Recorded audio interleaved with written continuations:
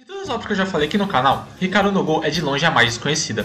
Eu suponho que ninguém vai se interessar em ver esse vídeo, mas eu tenho que fazer ele. Afinal de contas, já vai fazer 2 semanas que eu terminei de ler essa série no momento que estou roteirizando esse vídeo, e mesmo assim ela não sai da minha cabeça. Então digamos que isso é uma espécie de carta de amor para esse mangá. Por mais que Hikaru no Go seja um tanto quanto desconhecido, a staff que trabalhou nele, por outro lado, não é tanto assim, mas especificamente a equipe responsável pelo visual. Aqui, como artista principal, temos Takeshi Obata. Obata que tem no seu currículo Death Note, Bakuman e mais recentemente Platinum End.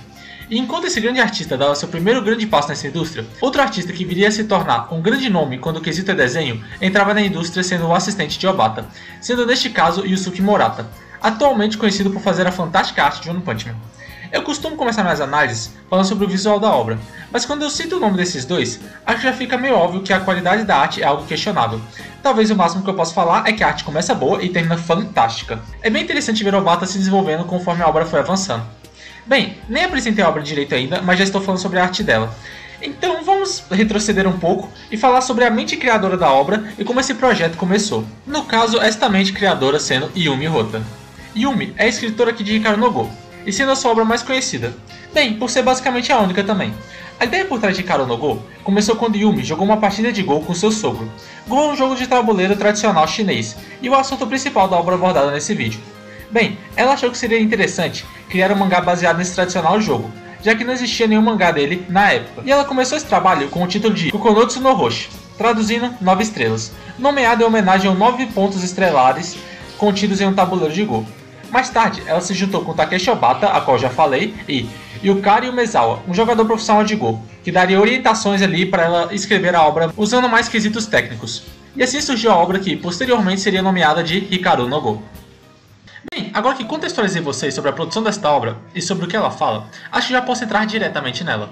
Este mangá fala sobre Hikaru, um garoto que encontra um Goban. Goban é o nome dado ao tabuleiro usado para jogar Go. E, ao tocar neste Goban, o fantasma de um jogador do passado chamado Fujiwara no Sai aparece e possui, entre aspas, Hikaru. Entre aspas, porque ele não tem o controle do corpo, apenas fica na mente do nosso protagonista se comunicando com ele. Hikaru, inicialmente, começa a jogar Go apenas para satisfazer o Sai, mas rapidamente começa a criar um interesse por esse simples e ao mesmo tempo complexo jogo de tabuleiro. Já tirando o elefante da sala, você não precisa entender sobre Go ou sequer conhecer esse jogo para desfrutar deste mangá. Eu mesmo nem sabia da existência desse jogo de tabuleiro quando fui ler a obra. O mangá faz o perfeito trabalho de nos apresentar o funcionamento básico do jogo, nos fazendo se interessar por ele, ao mesmo tempo que não faz os confrontos da obra dependerem do conhecimento do leitor sobre Go. Sendo assim, os embates travados aqui são mostrados muito mais na visão dos personagens e do que eles estão sentindo durante o duelo, do que sobre as táticas do jogo propriamente dito. Ao mesmo tempo que a arte do Obata faz com que tudo aquilo se torne um show visual de tirar o fôlego, onde cada jogada parece de fato um duelo de vida ou morte. Então, não se prenda muito ao fato do mangá ser sobre Go. Afinal de contas, ele é um ótimo mangá de shounen / esporte que dá para apreciar independente do seu conhecimento sobre o próprio esporte que ele aborda. Agora, falando um pouco sobre os personagens, tem 3 que quero dar destaque. Primeiro, o nosso protagonista Hikaru, ao qual eu já falei superficialmente sobre ele enquanto dava a sinopse da obra. No início do mangá, Hikaru só joga Go para satisfazer Sai, não gostando nem um pouco do jogo. Porém, acaba acontecendo um encontro do destino que começa o desenvolvimento da paixão de Hikaru por Go. O encontro de Hikaru com seu futuro rival Akira Toya, que tem por volta da mesma idade dele. Isso se dá porque, a princípio, Hikaru pensa que o Go é um jogo apenas para os mais velhos jogarem, e fica irritado com a exigência de Sai para que ele jogue. Mas, ao ver Toya, ele começa a mudar de ideia, e aos poucos sua paixão por Go começa a aumentar à medida que ele joga cada vez mais. Então ele vai de um membro de um clube escolar de Go a se tornar um semi-pro e finalmente se tornar um jogador profissional de Go.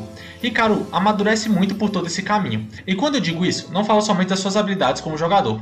Hikaru, no início da série, é bem infantil e desleixado. Por mais que ele só tenha 11 anos de idade no início da série, então é de se esperar isso, até mesmo para a idade dele, ele é descomprometido demais. Tanto com seus objetivos, quanto com seus relacionamentos com as pessoas. Por exemplo, a maneira que ele trata a mãe e a melhor amiga de infância dele, que muda durante o decorrer da série, já que ele se torna alguém mais maduro com o passar dela. E é algo bem prazeroso de se ver, porque mesmo no início da série, Hikaru já é muito carismático. Então a gente cria um apego por ele, e ver o crescimento desse personagem gera uma satisfação muito boa.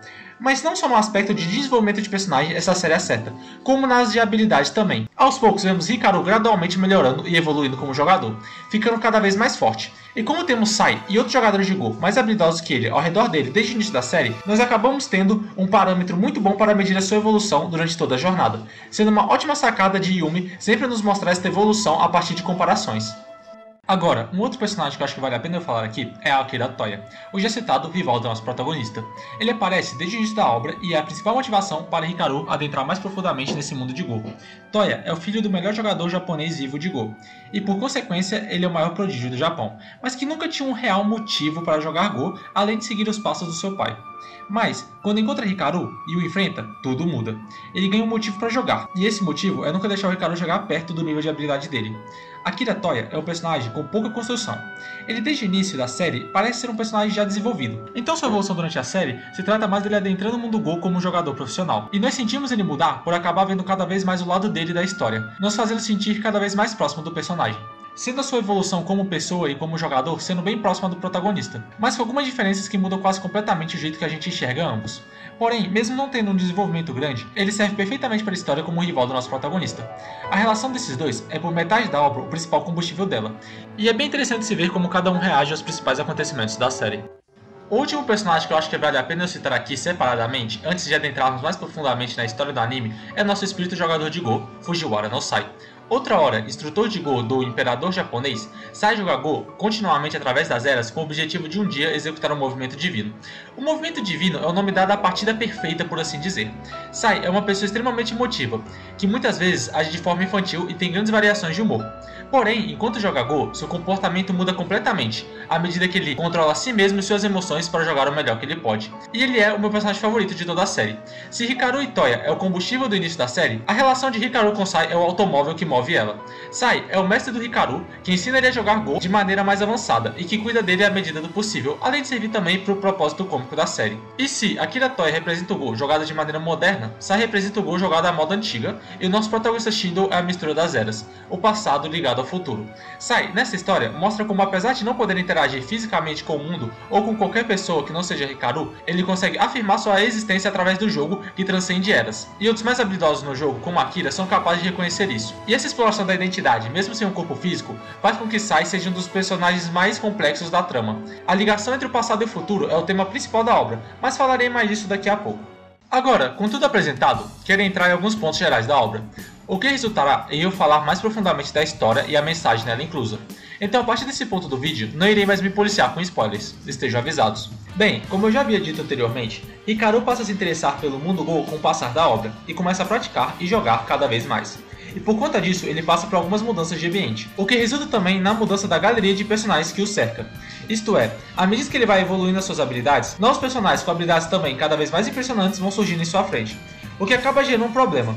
Por exemplo, Hikaru participava de torneios escolares representando o clube de Go de seu colégio. Porém, posteriormente, ele entra no mundo dos profissionais, e esses torneios e personagens apresentados para o ambiente escolar ficam para trás, se tornando terciários, e acabam não tendo todo o desenvolvimento que poderiam.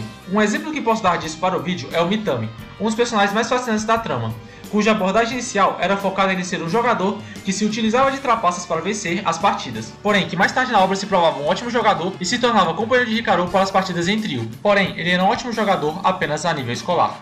Então, após a transição do ambiente escolar para o profissional, Mitami passa a ser deixado de lado. Isso é mostrado basicamente para protagonizar momentos cujo seu temperamento é o foco. Então, toda a parte dele voltar para o clube escolar depois da saída do Hikaru, que poderia ser um arco interessante de personagem, acaba sendo simplificado e não aproveitado.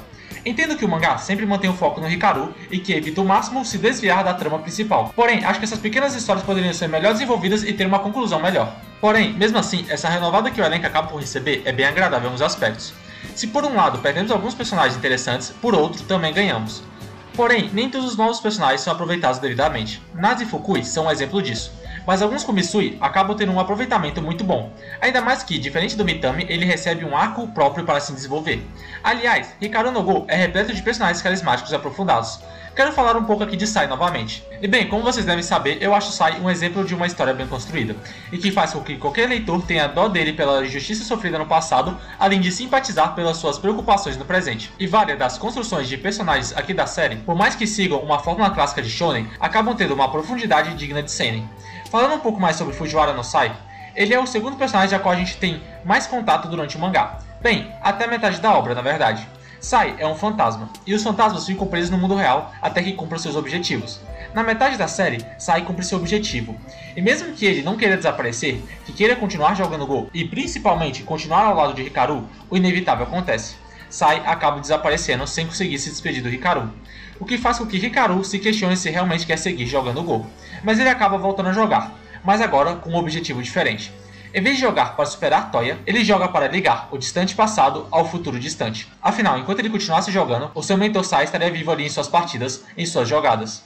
E bem, toda a trama de Hikaru no Go e sua mensagem é justamente sobre isso, ligar o passado ao futuro.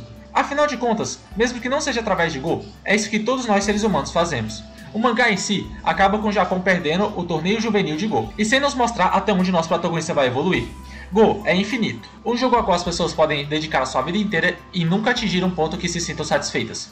O conjunto aparentemente interminável de movimentos cria inúmeras jogadas e estratégias, o que torna o envolvimento com ele uma busca para toda a vida. Sai ainda teve que transcender eras e viver 3 vezes para sentir essa satisfação, por exemplo. O mangá em si tem um mundo tão vasto, profundo e em camadas, onde uma abordagem típica de um protagonista simplesmente almejando o primeiro lugar, ou apenas seguindo até o ponto final de sua jornada, serviria apenas para fazer o mangá se tornar um trabalho interminável e cansativo, cheio de competições pouco inspiradas. Eu, provavelmente, ainda teria adorado esse universo infinito e atraente. Afinal, a escrita desta obra me envolveu de maneira quase inexplicável. Então mesmo que ela continuasse sendo publicada até os dias de hoje, eu provavelmente leria. Porém, estou ainda mais feliz por ele saber quando parar e ser conciso. Sendo uma história curta, ela utiliza todas as melhores qualidades de um mangá esportivo, sem se perder em um fluxo constante de jogos sem substância, assim como o qual eu considero o melhor mangá de esporte, Slamdunk. Eu não conseguiria fazer um vídeo sobre um mangá de esporte sem citar Slamdunk em algum momento. Bem, pelo menos eu guardei ele até o final. Sendo bem sincero, considero Hikaru no Go um tesouro escondido, um dos melhores mangás que eu já li, mas que se tornou desconhecido pelo passar do tempo. Então, aqui estou eu, fazendo meu trabalho de ligar o passado distante ao futuro distante. Vejo vocês em um próximo vídeo. Até!